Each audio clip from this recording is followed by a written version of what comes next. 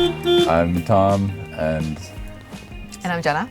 We're from Southern Ontario, Canada. I think the first thing was I was moving around a lot all over the world, and I was living in Europe for a couple of years before this, and I wanted like a place to have all my things that wasn't changing all the time, from couches to somebody's bedroom, etc. So that leads you towards maybe tiny houses and minimalism, small spaces, space efficiency, all of that stuff, and came to Vanlife, and I was like, that's gonna be the thing that I do. So pretty much got obsessed right away, bought this van, and everything is kind of history from there. We met early on, maybe at the end of 2019. And yeah, he said he was living in a van, and I thought it was like super cool. It was really minimalist. It was parked in the city, so we were just kind of, you can explore the city and then come back to something really small, and it was always really nice. So we had our second date, I think, ever, was based out of the van. It was like a hike where we left the van at the end point and then had dinner ready to go, hiked to that spot. So it's like kind of been a part of our relationship in an ongoing way. And then we had other like early first date type moments, like on the roof up here having chocolate cake in the city with a beautiful view. So I definitely tried to incorporate van life in my dating at that time, I'll put it that way. Yeah, it wasn't hiding it at all. Like it was just like flat out, like this is what I'm doing and this is where I'm at, and that was like super cool. Because I was really into it and obsessed with it. Like I was just... Yeah, and it was really honest and authentic, and I thought it was really cool. Aw. Yeah. I was living in downtown Toronto, and the main motivation there was to like live right downtown but not pay right downtown prices and still have access to nature and getting out super easily. So I think for Jenna it was nice that she could come down and like visit with me anytime, and we could do stuff in the city as well as like hang out in the van and cook and sleep. And then on weekends, pretty much every weekend, we'd be heading out into nature or any kind of active spaces and doing things. And my approach was to not like move the van a lot, to have it just be a hub that I left in the city at all times. And so what I did was I found actually 2 different parking spots where I could just pay a monthly parking spot fee. And they were both like really ideal, very secluded, quiet. I had water hookups at both of them, and one of them I had like Wi-Fi, electricity, everything. And yet I was like absolutely in the downtown at the core of the city. So for me, it worked really well. I would just park the van there. I would like, I would be either working in office, working remotely in coffee shops, or out of the city during the days. And then just like around the city on my bike, running, fitness, like seeing friends and stuff, like really like outside of the van most of the time. And then just coming back here as a kind of home base to regroup, cook, sleep, read a book, whatever. And I loved it. It was, honestly, it worked really good. And for that, especially for those 2 years of world history during the pandemic, it was like really, really good. So I was straight up with the people, just like, I live in this thing. Does that work? Everyone like was really receptive of it, and when you were living there, people would like walk by. They were always curious and always like excited to hear like what he was doing in it. And so yeah, it was always a lot of fun. I think we were kind of fortunate in that way. I was not in the mindset of like wanting to be, so I've done like a lot of bike touring all over the world, like multi-month, multi-year stuff where you are stealth camping every single night. And I just knew I didn't want to like have to do that in the city and have that kind of stress hanging over me somehow, if that makes sense. So the second guy I rented from was great because I met him on Craigslist or something. He's advertising a parking spot, and I've sort of like got it on Google Maps, and I'm seeing, oh, okay, it's a good spot. It's south facing. I'm going to get solar, so on and so on. And then I roll up, and he's literally in a Westphalia van sitting there waiting for me. And I'm like, okay, this is going to work. And he was just an awesome guy, and he loved that I was living in it. So it just worked out really well. Yeah.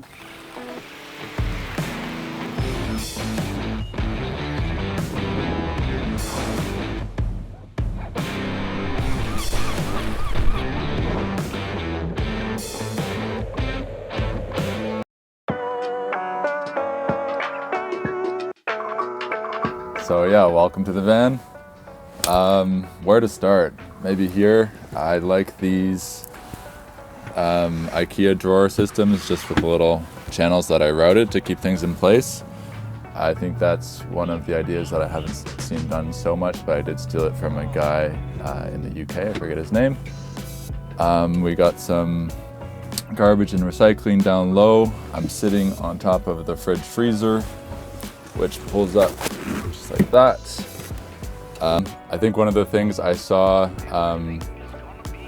not done that frequently was the bed design, where I just have these little slotted panels that pop up and then mate into the receiving side over here to form the bed. And then these cushions have a latex soft side and a firmer foam side, so they all flip over to form the bed.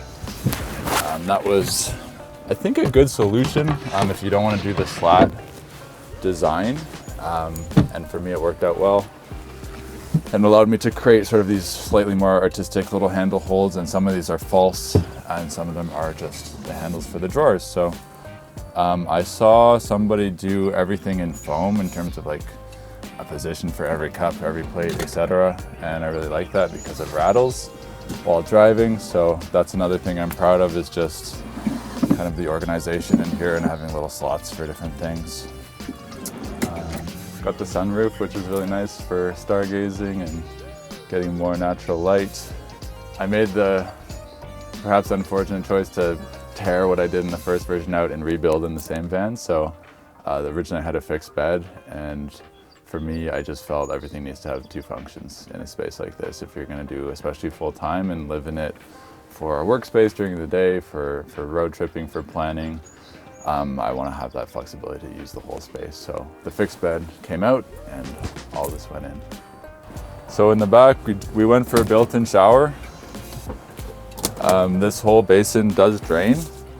I'd use the wood and Flex Seal method, liquid Flex Seal, and I don't recommend it. There's 2 videos that I've seen on YouTube of people doing it, and I think they're both scams. So don't do the Flex Seal method, do some kind of bent and welded aluminum or whatever solution. But this does drain inside, but more frequently what we do is pull the slats out, made from some reclaimed cedar, and then I use like a wood spar Varathane on it. So more frequently we use this for our outdoor shower, and then just shower outside, which is really nice.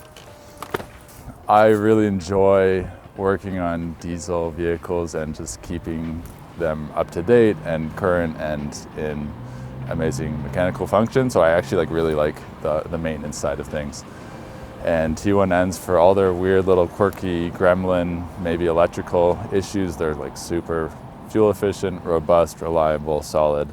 I just think they're a great platform. So big fan of the T1N Sprinter. Yeah, it's kind of expanded from where it started. So to pick up where I left off, it was moving into a normal rental on a little piece of property that we shared together, and realizing that I could cover those costs with renting the van out, but then also wanting to still have another van for personal use. So I just bought another van, actually 2 of them, and started converting them and just moving into different avenues sort of in this space. That's led me to a couple, actually more than I expected, number of people just asking me to do work on their vans in terms of both on the repair side, more maintenance repair, and also on the renovation side.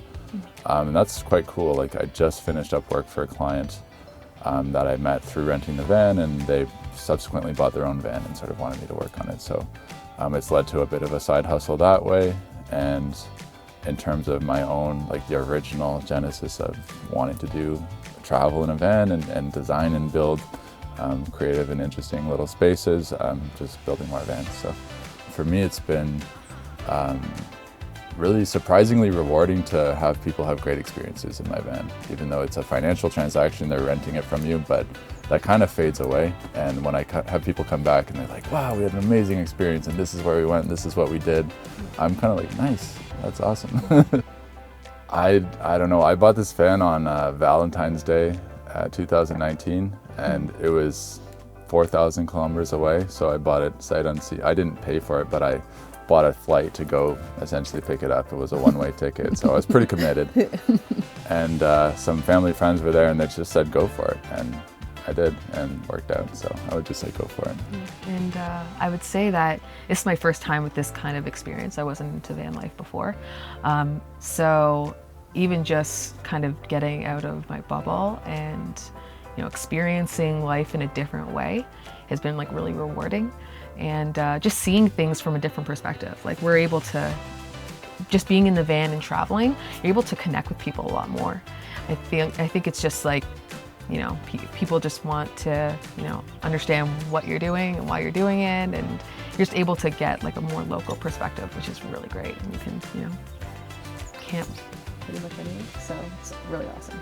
100%, yeah. Yeah. And I would say if people are struggling to pull the trigger, or they're mid-conversion and struggling, I don't know if you want to keep this, maybe you want to edit it out, but the idea of just breaking the problem down into smaller problems and solve one problem and then the next problem, that's the key.